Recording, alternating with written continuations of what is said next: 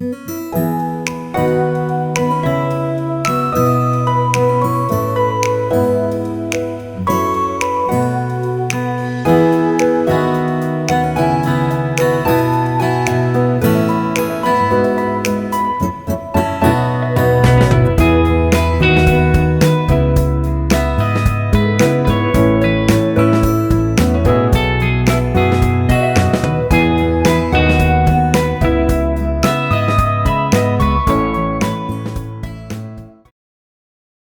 Friends, ರುಚಿ ಪಾಕಶಾಲೆ ಚಾನಲ್ಗೆ ತಮ್ಮೆಲ್ಲರಿಗೂ ಮತ್ತೊಮ್ಮೆ ಸ್ವಾಗತ. ಸೊ ನಾನಿವತ್ತು ವಿಂಟರ್ ಸ್ಪೆಷಲ್ ತರಕಾರಿಯಿಂದ ಉಪ್ಪಿನಕಾಯಿ ಹೇಗೆ ಮಾಡೋದು ಅಂತ ತೋರಿಸ್ತೀನಿ ಬನ್ನಿ. ತುಂಬ ರುಚಿಯಾಗಿರುತ್ತೆ ಆ್ಯಂಡ್ ವೆಯ್ಟ್ ಲಾಸ್ ಮಾಡೋರು ಯಾರು ಬೇಕಾದರೂ ತಿನ್ಬೋದು. ಸೊ ಇದನ್ನು ಮನೇಲೇ ಮಾಡೋದ್ರಿಂದ ಯಾವುದೇ ರೀತಿ ಪ್ರಿಸರ್ವೇಟಿವ್ಸ್ ಮತ್ತು ಅಡಿಕ್ಟಿವ್ಸ್ ಏನೂ ಹಾಕೋದಿರೋದಿಲ್ಲ. ನೋಡಿ, ಹಿಂಗೆ ಮಾಡಿ ಹಿಂಗೆ ಬಡಿಸ್ಬೋದು.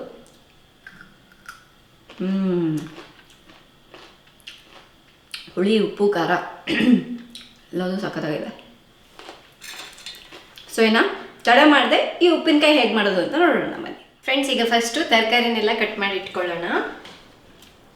ಸೊ ನಾನು ಸ್ವಲ್ಪ ಖಾರದ ಹಸಿಮೆಣಸಿನ್ಕಾಯಿ ತೊಗೊಂಡಿದ್ದೀನಿ. ನೀವು ಬೇಕು ಅಂದರೆ ಸ್ವಲ್ಪ ಖಾರ ಕಮ್ಮಿ ಇರೋದು ಕೂಡ ತೊಗೊಳ್ಳಿ, ಚೆನ್ನಾಗಿರುತ್ತೆ ಹುಳಿ ಹುಳಿಯಾಗಿ ತಿನ್ನಲಿಕ್ಕೆ. ಫಸ್ಟು ಹಸಿಮೆಣಸಿನ್ಕಾಯಿ ತೊಟ್ಟೆಲ್ಲ ಬಿಡಿಸ್ಕೊಂಡ್ಬಿಡ್ಬೇಕು.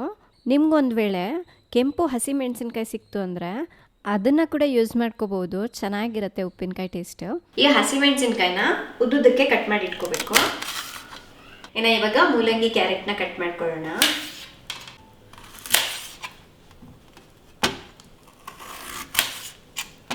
ನಮ್ಗೆ ಯಾವ ಸೈಜ್ ಬೇಕೋ ಆ ಸೈಜ್ ಕಟ್ ಮಾಡ್ಕೋಬೋದು. ಸಣ್ಣ ಬೇಕಾದ್ರೂ ಮಾಡ್ಬೋದು ಅಥವಾ ಉದ್ದುದಕ್ಕೂ ಕೂಡ ಮಾಡ್ಕೋಬೋದು.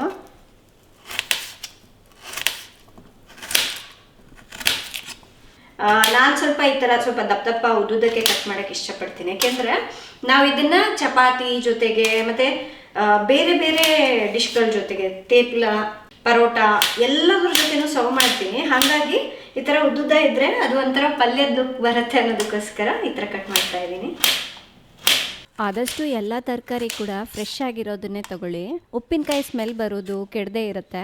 ಇದನ್ನೆಲ್ಲ ಒಂದು ಪ್ಲೇಟಿಗೆ ಹಾಕ್ಕೊಳ್ಳೋಣ. ನಾನಿಲ್ಲಿ 2 ಮೂಲಂಗಿ ಮತ್ತು 2 ಕ್ಯಾರೆಟ್ ತೊಗೊಂಡಿದ್ದೀನಿ. ಆಮೇಲೆ ಒಂದು 100 ಗ್ರಾಮ್ನಷ್ಟು ಹೂಕೋಸು ತೊಗೊಂಡಿದ್ದೀನಿ. ಇದನ್ನ ಕೂಡ ಕಟ್ ಮಾಡಿ ಇಟ್ಕೋಬೇಕು.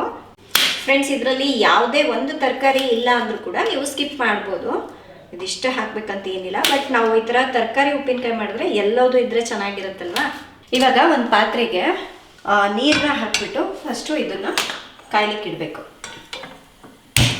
ಇದಕ್ಕೆ 1 ಟೀ ಸ್ಪೂನಷ್ಟು ಉಪ್ಪು ಹಾಕ್ಕೋಬೇಕು. ಈಗ ನೀರು ಬಿಸಿಯಾಗಿದೆ. ಇದಕ್ಕೆ ಮೂಲಂಗಿ, ಕ್ಯಾರೆಟು ಮತ್ತು ಹೂಕೋಸನ್ನು ಹಾಕ್ಕೊಳ್ಳೋಣ. ಇದನ್ನು ತುಂಬ ಹೊತ್ತು ಕುದಿಸ್ಕೋಬಾರ್ದು. ಜಸ್ಟ್ ಒಂದು 3 ನಿಮಿಷ ಮೀಡಿಯಮ್ ಫ್ಲೇಮ್ನಲ್ಲಿ ಕುದಿಸಿದ್ರೆ ಸಾಕು. ತೀರಾ ಮೆತ್ತಗಾದರೂ ಉಪ್ಪಿನಕಾಯಿ ಅಷ್ಟೊಂದು ರುಚಿಯಾಗಿರೋದಿಲ್ಲ. ತಿನ್ನುವಾಗ ಸ್ವಲ್ಪ ಕ್ರಂಚಿಯಾಗಿದ್ದರೆ ಚೆನ್ನಾಗಿರುತ್ತೆ.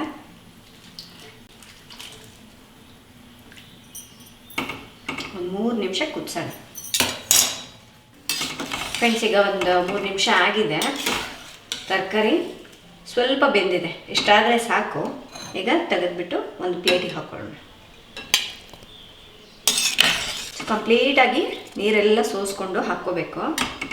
ಫ್ರೆಂಡ್ಸ್, ಈ ಕುದಿಸಿರೋಂತಹ ತರಕಾರಿನ ಈ ಥರ ಒಂದು ಬಟ್ಟೆ ಮೇಲೆ ಸ್ವಲ್ಪ ಹೊತ್ತು ಆರ ಹಾಕೋಣ. ಅಂದರೆ ಅದರಲ್ಲಿರೋಂತಹ ನೀರೆಲ್ಲ ಡ್ರೈನ್ ಆಗಬೇಕು. ಇಲ್ಲ ಬಿಸಿಲಿತ್ತು ಅಂದರೆ ನೀವು ಬಿಸಿಲಿಗೂ ಕೂಡ ಇಡ್ಬೋದು ಒಂದು ಅರ್ಧ ಗಂಟೆ.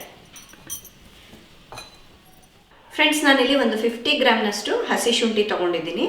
ಸೊ ಇದು ಸಿಪ್ಪೆ ಎಲ್ಲ ಎರೆದ್ಬಿಟ್ಟು ಪೀಸಸ್ ಆಗಿ ಕಟ್ ಮಾಡ್ಕೋಬೇಕು. ಆಮೇಲೆ ನಾನು ಇದಕ್ಕೆ ಅರಿಶಿಣದ ಪುಡಿ ಹಾಕ್ತಾ ಇಲ್ಲ. ಯಾಕೆಂದರೆ ಇದು ನಮ್ಮ ತೋಟದಲ್ಲಿ ನಾವು ಬೆಳೆಸಿದ್ವಲ್ವ ಅರಿಶಿಣದ ಕೊಂಬು, ಫ್ರೆಶ್ ಆಗಿದೆ. ಸೊ ಇದನ್ನು ಯೂಸ್ ಮಾಡ್ಕೊಳ್ಳೋಣ ಅಂದ್ಕೊಂಡಿದ್ದೀನಿ. ಚೆನ್ನಾಗಿರುತ್ತೆ ಫ್ಲೇವರ್. ಈ ಥರ ಹಸಿದೇನಾದರೂ ಸಿಕ್ಕರೆ ಹಾಕ್ಕೊಳ್ಳಿ. ಇಲ್ಲ ಅಂತ ಹೇಳಿದ್ರೆ 1 ಟೀ ಸ್ಪೂನಷ್ಟು ಅರಿಶಿಣದ ಪುಡಿ ಏನಾದರೂ ಯೂಸ್ ಮಾಡ್ಕೋಬೋದು. ಸೊ ಇದನ್ನೆಲ್ಲ ಕಟ್ ಮಾಡಿ ಇಟ್ಕೊಳ್ತೀನಿ. ಫ್ರೆಂಡ್ಸ್, ಇದು ನಮ್ಮ ತೋಟದ್ದು ಅರಿಶಿಣ ಕೊಂಬು ಅಂತ ಹೇಳೋದ್ನಲ್ವಾ, ಹೆಂಗಿದೆ ನೋಡಿ, ಸಕ್ಕತ್ತಾಗಿದೆ ಪರಿಮಳ ಮಾತ್ರ. ಇದರ ಮೇಲಿರುವಂತಹ ಸಿಪ್ಪೆನೆಲ್ಲ ಎರ್ಕೊಂಡ್ಬಿಡ್ಬೇಕು. ಈ ಟೈಮ್ನಲ್ಲಿ ನಮಗೆ ಫ್ರೆಶ್ ಎಲ್ಲ ಸಿಗುತ್ತೆ. ವಿಂಟರಲ್ಲಿ ಸೂಪರ್ ಮಾರ್ಕೆಟ್ಗಳಲ್ಲೆಲ್ಲ ಮಾರ್ತಿರ್ತಾರೆ. ಬಟ್ ನಾನು ಇವತ್ತು ತರಿಸ್ಕೊಂಡಿಲ್ಲ. ಬಟ್ ನಮ್ಮ ತೋಟದಲ್ವ, ಸೊ ಎಲ್ಲದಕ್ಕೂ ಸ್ವಲ್ಪ ಸ್ವಲ್ಪ ಯೂಸ್ ಮಾಡ್ಕೊಳ್ತಾ ಇರ್ತೀನಿ. ಕೆಲವರು ಹೇಳಿದರು ನನಗೆ ಅದನ್ನು ಕುದಿಸ್ಬಿಟ್ಟು ಪೌಡರ್ ಮಾಡ್ಕೊಳ್ಳಿ ಅಂತ. ನಾನೇನು ಮಾಡ್ತಾ ಇದ್ದೀನಿ ಅಂದರೆ ಸ್ವಲ್ಪ ಡಿಟಾಕ್ಸ್ ಡ್ರಿಂಕ್ಗಳೆಲ್ಲ ಮಾಡ್ಕೊಳ್ತಾ ಇರ್ತೀನಿ. ಅದಕ್ಕೆಲ್ಲ ತುಂಬ ಚೆನ್ನಾಗಿರುತ್ತೆ ಹಸಿ ಅರಿಶಿನ. ಹಾಗಾಗಿ ಎಲ್ಲದು ನೀಟಾಗಿ ತೊಳೆದ್ಬಿಟ್ಟು ಒಂದು ಏರ್ ಟೈಟ್ ಕಂಟೈನರ್ನಲ್ಲಿ, ಅಂದರೆ ನೀರೇನು ಹೋಗ್ದಲೆ ಅದಕ್ಕೆ ಒಂದು ಡಬ್ಬಿಯಲ್ಲಿ ಹಾಕಿಬಿಟ್ಟು ಸ್ಟೋರ್ ಮಾಡಿ ಇಟ್ಟಿದ್ದೀನಿ. ಯಾವಾಗ ಬೇಕೋ ಅವಾಗ ಈ ಥರ ಸ್ವಲ್ಪ ತೊಗೊಂಡ್ಬಿಟ್ಟು ಯೂಸ್ ಮಾಡ್ತೀನಿ. ಫ್ರೆಶ್ ಆಗಿರುತ್ತೆ ಅಪ್ಪ. ನಾನು ಆಗಲೇ ಸುಮಾರಾಗಿ ಲಾಸ್ಟ್ ಮಂತ್ ನಾವು ಹಾರ್ವೆಸ್ಟ್ ಮಾಡಿದ್ದು. ಚೆನ್ನಾಗೇ ಇದೆ. ನಾನು ಫ್ರಿಜ್ಜಲ್ಲಿಟ್ಟರೆ ಏನಾಗ್ಬಿಡುತ್ತೇನೋ ಅಂದ್ಕೊಂಡಿದ್ದೆ, ಪರವಾಗಿಲ್ಲ, ಏನಾಗಿಲ್ಲ. ಒಂದು ವೇಳೆ ನೀವು ಅರಿಶಿನದ ಕೊಂಬು ಯೂಸ್ ಮಾಡಿದ್ರೆ ಸ್ವಲ್ಪ ಕಮ್ಮಿನೇ ಯೂಸ್ ಮಾಡಿ. ಜಾಸ್ತಿ ಹಾಕ್ಬಿಟ್ರೆ ಉಪ್ಪಿನಕಾಯಿ ಕಹಿ ಬಂದುಬಿಡುತ್ತೆ. ಹಾಗಾಗಿ ಇದನ್ನು ಕೂಡ ಸೇಮ್ ನಾವು ಕ್ಯಾರೆಟ್ ಮತ್ತು ಮೂಲಂಗಿ ಹೇಗೆ ಕಟ್ ಮಾಡೋದ್ವಲ್ವ ಅದೇ ಥರ ಉದ್ದುದ್ದಕ್ಕೆ ಕಟ್ ಮಾಡ್ಕೋಬೇಕು. ಆಮೇಲೆ ಹಸಿ ಶುಂಠಿ ಹಾಕೋದ್ರಿಂದ ಫ್ಲೇವರು ಚೆನ್ನಾಗಿ ಬಿಡುತ್ತೆ. ಜೊತೆಗೆ ಇದು ಖಾರ ಅನಿಸಲ್ಲ, ಹುಳಿ ಎಲ್ಲ ಹಿಡ್ದಿರತ್ತಲ್ವ, ಹುಳಿ ಹುಳಿಯಾಗಿ ಸ್ವಲ್ಪ ಖಾರವಾಗಿ ಚೆನ್ನಾಗಿರುತ್ತೆ ಅದನ್ನು. ಇನ್ನು ಇದು ಕೂಡ ರೆಡಿಯಾಗಿದೆ ಫ್ರೆಂಡ್ಸ್. ನನ್ನ ಕೈ ನೋಡಿ ನೀವು, ಅಲ್ಲಿ ಎಷ್ಟು ಕಲರ್ ಬಂದಿದೆ ಅಂತ. ಸೊ ಈ ಥರ ಒಂದು ಪಾಟಲ್ಲಿ ಕೂಡ ಗಿಡ ಹಾಕ್ಕೊಂಡ್ರು ಚೆನ್ನಾಗಿ ಬರುತ್ತೆ. ನನಗಂತೂ ಈ ಹಾರ್ವೆಸ್ಟ್ ನನ್ನ ಲೈಫಲ್ಲಿ ಮರೆಯಲ್ಲ ನಾನು. ನೀವು ನೋಡಿಲ್ಲ ಅಂದರೆ ಮಾಯಾಲೋಕ ಚಾನಲ್ನಲ್ಲಿದೆ, ಒಂದ್ಸಲ ಚೆಕ್ ಮಾಡಿ. ತುಂಬ ಚೆನ್ನಾಗಿದೆ ಹಾರ್ವೆಸ್ಟ್ ಮಾತ್ರ ಅದು. ಫ್ರೆಂಡ್ಸ್, ಇದಕ್ಕೆ ಮಸಾಲೆನ ರೆಡಿ ಮಾಡ್ಕೊಳ್ಳೋಣ. ಈಗ ನಾನಿಲ್ಲಿ ಸೋಂಪು ತೊಗೊಂಡಿದ್ದೀನಿ. ಇದು ಒಂದು 3 ಟೀ ಸ್ಪೂನ್ ಅಷ್ಟು ಬೇಕಾಗತ್ತೆ. ಒಂದು ಪ್ಲೇಟ್ನಲ್ಲಿ ಹಾಕ್ಕೊಂಡ್ಬಿಡೋಣ. 1 ಟೀ ಸ್ಪೂನ್ ಅಷ್ಟು ಮೆಂತ್ಯಕಾಳು, ಒಂದು 2 ಟೀ ಸ್ಪೂನ್ ಅಷ್ಟು ಸಾಸಿವೆ ಹಾಕ್ಕೊಳ್ತಾ ಇದ್ದೀನಿ. ಒಂದು ಅರ್ಧ ಟೀ ಸ್ಪೂನ್ ಅಷ್ಟು ಅಜ್ವಾನ ಅಥವಾ ಓಮಿನ ಕಾಳು ಅಂತ ಹೇಳ್ತೀವಲ್ವ ಅದು. ಈ ಉಪ್ಪಿನಕಾಯಿಗೆ ಈ ಮಸಾಲನೇ ಮೇನ್ ಇಂಗ್ರೀಡಿಯೆಂಟ್. ಫಸ್ಟ್ ಇದನ್ನು ಹುರ್ಕೊಳ್ಳೋಣ. ಜಸ್ಟ್ ಲೈಟಾಗಿ ಹುರ್ಕೋಬೇಕು ಅಷ್ಟೇ. ಸ್ಟವ್ನ ಆನ್ ಮಾಡಿಕೊಂಡು ಒಂದು ಪ್ಯಾನಲ್ಲಿ ಇದು ಹಾಕ್ಕೊಳ್ಳೋಣ.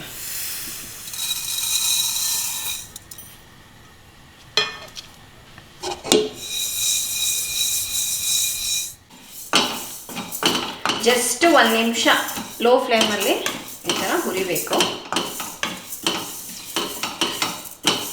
ಇನ್ನು ಇದು ಸ್ವಲ್ಪ ಬಿಸಿ ಆಗಿದೆ, ಒಂದು ಪ್ಲೇಟಿಗೆ ತೆಗೆದ್ಬಿಟ್ಟು ಹಾಕ್ಕೊಳ್ಳೋಣ.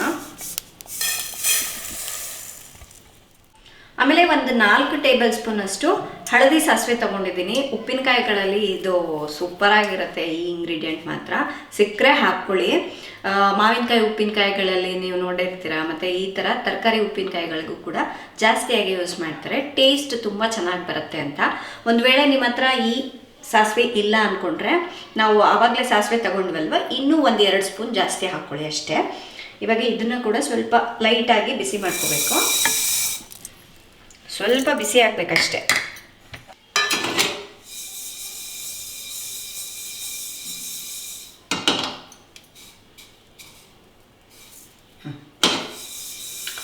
ಇದೂ ಆಗಿದೆ. ಈಗ ಸ್ಟವ್ನ ಆಫ್ ಮಾಡ್ಕೊಂಡ್ಬಿಡ್ತೀನಿ. ಈ ಸಾಸಿವೆನ ಇನ್ನೊಂದು ಪ್ಲೇಟ್ಗೆ ಹಾಕ್ಕೋಬೇಕು. ಎಲ್ಲ ಸ್ವಲ್ಪ ತಣ್ಣಗಾಗಲಿ. ಇನ್ನು ನಾನಿಲ್ಲಿ ಒಂದು 3/4 ಕಪ್ನಷ್ಟು ಸಾಸಿವೆ ಎಣ್ಣೆ ತೊಗೊಂಡಿದ್ದೀನಿ. ಇದನ್ನು ಸ್ವಲ್ಪ ಬಿಸಿ ಮಾಡಬೇಕು. ಹಾಗಾಗಿ ಇದನ್ನು ಕೂಡ ಪ್ಯಾನ್ಗೆ ಹಾಕ್ಕೊಂಡ್ಬಿಡೋಣ. ಜಸ್ಟ್ ಬಿಸಿ ಆಗಬೇಕು, ಕುದಿಸೋದು ಕಾಯಿಸೋದು ಮಾಡಬಾರ್ದು. ಏನಂದ್ರೆ ನಾವು ಮಾಡಿರುವಂತಹ ಉಪ್ಪಿನಕಾಯಿ ಕೆಡಬಾರ್ದು ಅನ್ನೋದಕ್ಕೋಸ್ಕರ ಸ್ವಲ್ಪ ಬಿಸಿ ಮಾಡ್ತಾ ಇದ್ದೀನಿ ಅಷ್ಟೇ. ಆಮೇಲೆ ಸಾಸಿವೆ ಎಣ್ಣೆ ತೊಗೊಂಡಿದ್ದೀವಲ್ವ, ಇದು ಹಾಕೋದ್ರಿಂದ ಟೇಸ್ಟ್ ತುಂಬ ಚೆನ್ನಾಗಿರುತ್ತೆ, ಫ್ಲೇವರು ಚೆನ್ನಾಗಿ ಬರುತ್ತೆ. ಮತ್ತು ನೀವೇನಾದರೂ ಈ ಪಿಕಲ್ನ ಸ್ವಲ್ಪ ದಿವಸಕ್ಕೆ ಮಾಡ್ಕೊಳ್ಳೋದಿತ್ತು ಅಂದರೆ ಸ್ವಲ್ಪ ಕ್ವಾಂಟಿಟಿನ ಯೂಸ್ ಮಾಡ್ಕೊಳ್ಳಿ. ಇಷ್ಟೊಂದು ಎಣ್ಣೆ ಬೇಕಾಗೋದಿಲ್ಲ. ಸೊ ನಾನು ಸ್ವಲ್ಪ ದಿನ ತಿನ್ನಲಿಕ್ಕೆ ಅಂತ ಹೇಳಿ ಮಾಡ್ಕೊಳ್ತಾ ಇದ್ದೀನಿ ಉಪ್ಪಿನಕಾಯಿ. ಹಾಗಾಗಿ ನಮ್ಗೆ ಏನಿಲ್ಲ ಅಂದರೂ ಒಂದು 3 months ಇಟ್ಕೊಂಡು ತಿಂತೀವಿ. ಹಾಗಾಗಿ ಸ್ವಲ್ಪ ಜಾಸ್ತಿ ಕ್ವಾಂಟಿಟಿ ತೊಗೊಂಡಿದ್ದೀನಿ ಅಷ್ಟೇ. ನೀವೇನಾದರೂ ಕ್ವಾಂಟಿಟಿ ಇನ್ನೂ ಕಮ್ಮಿ ಅಂದರೆ ಒಂದು ಅರ್ಧ ಕಪ್ನಷ್ಟು ಹಾಕ್ಕೊಳ್ಳಿ. ಫ್ರೆಂಡ್ಸ್, ಎಣ್ಣೆ ಬಿಸಿಯಾಗಿದೆ. ಸ್ಟವ್ನ ಆಫ್ ಮಾಡ್ಕೊಂಡ್ಬಿಡ್ತೀನಿ. ಇದು ಕಂಪ್ಲೀಟಾಗಿ ತಣ್ಣಗಾಗಬೇಕು. ಸೈಡಿಗೆ ಇಟ್ಬಿಡೋಣ. ಸೊ ನಾವು ಮಸಾಲೆಗೆ ಅಂತ ಹುರಿದಿಟ್ಕೊಂಡಿದ್ವಲ್ವ ಓಮಿನ ಕಾಳು, ಮೆಂತ್ಯ, ಫಸ್ಟ್ ಅದನ್ನು ರುಬ್ಕೋಬೇಕು.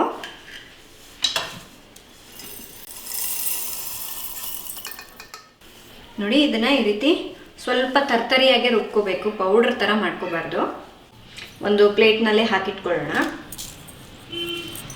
ಆಮೇಲೆ ಹಳದಿ ಸಾಸಿವೆನ ಕೂಡ ಗ್ರೈಂಡ್ ಮಾಡ್ಕೋಬೇಕು. ನೋಡಿ ಇದನ್ನ ಅಷ್ಟೇ ಸ್ವಲ್ಪ ತರ್ತರಿಯಾಗಿ ರುಬ್ಬಿಟ್ಕೊಂಡಿದ್ದೀನಿ, ಸೈಡಿಗೆ ಇಟ್ಕೊಂಡ್ಬಿಡೋಣ. ಫ್ರೆಂಡ್ಸ್, ಈಗ ಎಲ್ಲ ಇಂಗ್ರೀಡಿಯೆಂಟ್ಸ್ನು ಮಿಕ್ಸ್ ಮಾಡ್ಕೊಳ್ಳೋಣ. ನಾನಿಲ್ಲಿ ಒಂದು ಬೌಲ್ ತೊಗೊಂಡಿದ್ದೀನಿ. ಇದಕ್ಕೆ ಒಂದು ಅರ್ಧ ಟೀ ಸ್ಪೂನಷ್ಟು ಇಂಗು ಹಾಕ್ಕೋಬೇಕು. ರುಬ್ಬಿರುವಂತಹ ಸಾಸಿವೆ ಹಾಕ್ಕೊಳ್ಳೋಣ.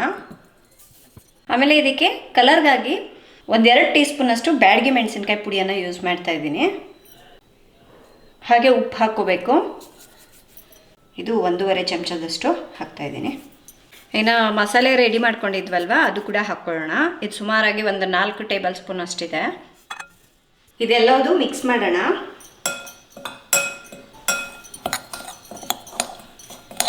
ಸೊ ಈಗ ಮಸಾಲೆ ರೆಡಿ ಆಯಿತು. ಈಗ ಎಲ್ಲ ಥರದ ತರಕಾರಿಗಳನ್ನೆಲ್ಲ ಹಾಕ್ಕೊಳ್ಳೋಣ. ಶುಂಠಿ ಮತ್ತು ಅರಿಶಿಣ ಹಾಕ್ತಾಯಿದ್ದೀನಿ. ಖಾರಕ್ಕಾಗಿ ಹಸಿಮೆಣಸಿನ್ಕಾಯಿ. ಫ್ರೆಂಡ್ಸ್, ನಾವು ಇದನ್ನು ಆರಾಕಿದ್ವಲ್ವಾ, ನೋಡಿ ತೇವಾಂಶ ಏನೂ ಇಲ್ಲ, ನೀರೇನೂ ಇರಬಾರ್ದು, ಕಂಪ್ಲೀಟಾಗಿ ಹೋಗಿದೆ. ಸೊ ಈಗ ಉಪ್ಪಿನಕಾಯಿ ಮಾಡ್ಕೊಂಬಿಡೋಣ. ಸೊ ಈ ತರಕಾರಿನ ಕೂಡ ಹಾಕ್ಕೊಂಬಿಡೋಣ.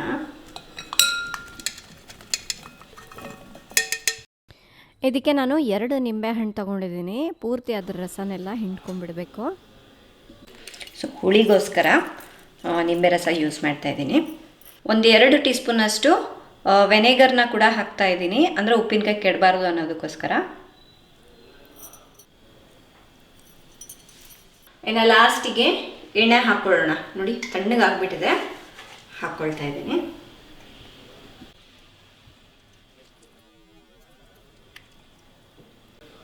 ಈಗ ಇದನ್ನು ಮಿಕ್ಸ್ ಮಾಡ್ಕೊಳ್ಳೋಣ. ಮತ್ತು ಇದಕ್ಕೆ ಒಗ್ಗರಣೆ ಹಾಕ್ಕೊಳ್ಳೋದು ಅಂಥದ್ದು ಏನೂ ಬೇಕಾಗೋದಿಲ್ಲ, ಇಷ್ಟೇ ನಿಧಾನಕ್ಕೆ ಮಿಕ್ಸ್ ಮಾಡ್ಕೋಬೇಕು. ಎಷ್ಟು ಕಲರ್ಫುಲ್ ಆಗಿದೆಯಲ್ಲ. ನಾವು ಇದಕ್ಕೆ ಅರಿಶಿಣದ ಕೊಂಬು ಹಾಕಿದ್ದೀವಲ್ವ, ಸ್ವಲ್ಪ ನಿಧಾನಕ್ಕೆ ಕಲರ್ ಬಿಡುತ್ತೆ. ಅಂದರೆ 1-2 ಡೇಸ್ ಆದಮೇಲೆ ಇನ್ನೂ ಕಲರ್ ಚೆನ್ನಾಗಿ ಬರುತ್ತೆ. ಇದಕ್ಕೆ ಅರಿಶಿಣ ಪುಡಿ ಹಾಕಿದ್ರೆ ನಮಗೆ ಇನ್ಸ್ಟಂಟಾಗಿ ಗೊತ್ತಾಗ್ಬಿಡುತ್ತೆ. ಬಟ್ ನಾನು ಕೊಂಬು ಹಾಕಿರೋದ್ರಿಂದ ಸ್ವಲ್ಪ ಟೈಮ್ ಹಿಡಿಯುತ್ತೆ ಕಲರ್ ಬಿಡಲಿಕ್ಕೆ. ಈ ಥರ ಎಲ್ಲದು ಮಸಾಲೆ ಎಲ್ಲ ತರಕಾರಿಗಳಿಗೆ ಹೊಂದ್ಕೊಳ್ಳೋ ರೀತಿ ಮಿಕ್ಸ್ ಮಾಡ್ಕೋಬೇಕು. ನೋಡಿ ಮಸಾಲೆನೂ ಕೂಡ ಅಷ್ಟೇ ಕರೆಕ್ಟಾಗಿ ಆಗಿದೆ. ಇನ್ನೂ ಉಪ್ಪು ಸ್ವಲ್ಪ ಕಮ್ಮಿ ಇದೆ, ಹಾಗಾಗಿ ಇನ್ನೊಂದು ಸ್ವಲ್ಪ ಹಾಕ್ತೀನಿ. ಈ ಟೈಮ್ನಲ್ಲೇ ನೋಡಿಬಿಟ್ಟು ಮಿಕ್ಸ್ ಮಾಡ್ಕೊಂಡ್ಬಿಡ್ಬೇಕು. ಈಗ ಇದನ್ನ ಒಂದು 8 ಕಂಟೈನರ್ಗೆ ಹಾಕ್ಕೊಳ್ಳೋಣ. ಇಷ್ಟು ಸೂಪರ್ ಆಗಿದೆ ಅಲ್ಲ, ಸಕ್ಕತ್ತಾಗಿರುತ್ತೆ. ಇನ್ನೊಂದು 2 ಡೇಸ್ ಹೋದರೆ ಇನ್ನೂ ಸ್ವಲ್ಪ ನೀರೆಲ್ಲ ಬಿಡುತ್ತಲ್ವ, ಇನ್ನೂ ಚೆನ್ನಾಗಿ ಬರುತ್ತೆ.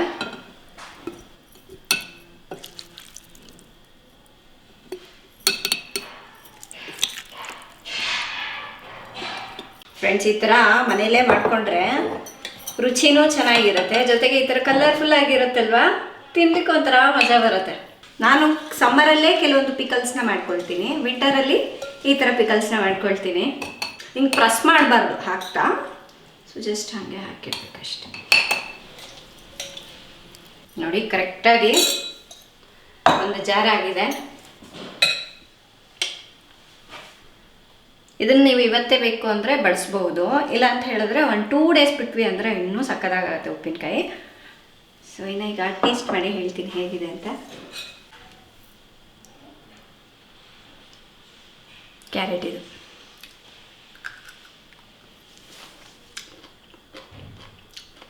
ಇನ್ನೂ ಉಪ್ಪು ಖಾರ ಹುಳಿ ಹಿಡ್ದಿಲ್ಲಲ್ಲ, ಆದರೂ ತಿನ್ನೋಕ್ಕೆ ಚೆನ್ನಾಗಿದೆ. ಹಾಗೇ ತಿನ್ಬಿಡ್ಬೋದು. ಚಪಾತಿ ಜೊತೆಗೆ ಪರೋಟ ಜೊತೆಗಂತೂ ಅಲ್ಟಿಮೇಟ್ ಆಗಿರುತ್ತೆ. ನೋಡಿ ನಂಗೆ ಇದರಲ್ಲಿ ಕ್ಯಾರೆಟು ಹಸಿಮೆಣಸಿನ್ಕಾಯಿ ಅಂದರೆ ತುಂಬ ಇಷ್ಟ ಆಗುತ್ತೆ. ನೀವು ಇದನ್ನು ಒಂದು 3-5 ತಿಂಗಳವರೆಗೂ ಸ್ಟೋರ್ ಮಾಡಿ ಇಟ್ಕೋಬಹುದು. ನಾನು ಇದರಲ್ಲೇ ಬೇರೆ ಥರ ಉಪ್ಪಿನಕಾಯಿ ಕೂಡ ಮಾಡ್ತೀನಿ, ಅಂದರೆ ತರಕಾರಿಗಳನ್ನೆಲ್ಲ ಸ್ವಲ್ಪ ಹುರಿದ್ಬಿಟ್ಟು ಕೂಡ ಮಾಡ್ತೀನಿ, ಅದು ತುಂಬ ಚೆನ್ನಾಗಿರುತ್ತೆ. ಸೊ ನಾನು ಇದನ್ನು ಫ್ರಿಜ್ನಲ್ಲೇ ಸ್ಟೋರ್ ಮಾಡಿಡ್ತೀನಿ, ಯಾವಾಗ ಬೇಕೋ ಆವಾಗ ಸರ್ವ್ ಮಾಡ್ಕೊಳ್ತೀನಿ. ನೋಡಿ ಎಷ್ಟು ಕಲರ್ಫುಲ್ ಆಗಿದೆ ಅಲ್ವಾ. ಹೇಗಿತ್ತು ಫ್ರೆಂಡ್ಸ್ ಇವತ್ತಿನ ಈ ತರಕಾರಿ ಉಪ್ಪಿನಕಾಯಿ ಅನ್ನೋದನ್ನು ಕಮೆಂಟ್ ಮಾಡಿ ತಿಳಿಸಿ. ಇದು ವಿಂಟರ್ ಸ್ಪೆಷಲ್ ಪಿಕಲ್ ಅಂತಲೇ ಹೇಳ್ಬೋದು. ಸೊ ಈ ರೆಸಿಪಿ ಇಷ್ಟ ಆದರೆ ಲೈಕ್ ಮಾಡಿ, ಶೇರ್ ಮಾಡಿ. ನೀವು ಒಂದ್ಸಲ ಸ್ವಲ್ಪ ಕಮ್ಮಿ ಕ್ವಾಂಟಿಟಿಯಲ್ಲಾದರೂ ಮಾಡ್ಕೊಂಡು ಟ್ರೈ ಮಾಡಿ ನೋಡಿ, ಇಷ್ಟ ಆಗತ್ತೆ. ನಾಳೆ ಇನ್ನೊಂದು ಹೊಸ ರೆಸಿಪಿಯೊಂದಿಗೆ ಮತ್ತೆ ಸಿಗ್ತೀನಿ. ಅಲ್ಲಿವರೆಗೂ ಟೇಕ್ ಕೇರ್, ಬಾಯ್.